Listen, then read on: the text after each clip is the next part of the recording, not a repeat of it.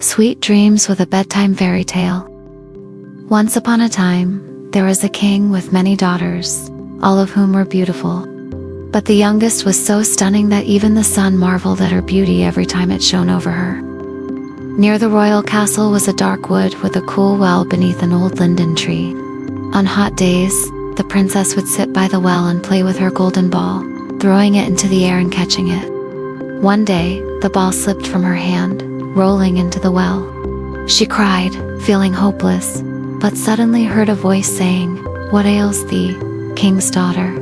Thy tears would melt a heart of stone." Looking around, she saw a frog poking his head out of the water. "Oh, is it you, old Wattler?" she said. "My golden ball has fallen into the well." The frog promised to fetch the bowl if she agreed to let him be her companion. He asked that she let him sit with her at the table, eat from her plate, drink from her cup, and sleep in her bed. Thinking he could never leave the water, she agreed, promising anything.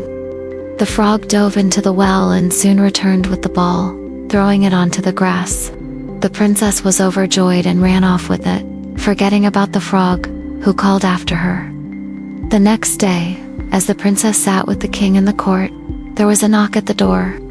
The frog called out, "Youngest king's daughter, let me in." The princess ran to the door, and upon opening it, found the frog waiting.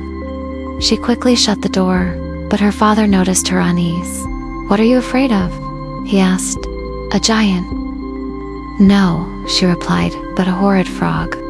She told him about the frog's promise and how he had come to the castle. The king said, "That which you promised, you must fulfill." Reluctantly, the princess opened the door, and the frog hopped inside. He demanded to sit at the table with her, and although she was unwilling, she obeyed. After eating, the frog asked to be carried to her room and sleep in her bed. Furious, the princess picked him up and threw him against the wall in frustration.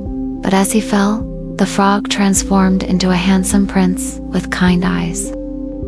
He explained that a wicked witch had cast a spell on him, and only the princess's promise could break the curse. With her father's blessing, they were married and set off to his kingdom. As they traveled, they were joined by faithful Henry, the prince's servant, who had suffered much while his master was a frog. When they left, Henry's heart, bound with iron bands to ease his pain, began to break free, for he was overjoyed at the prince's return.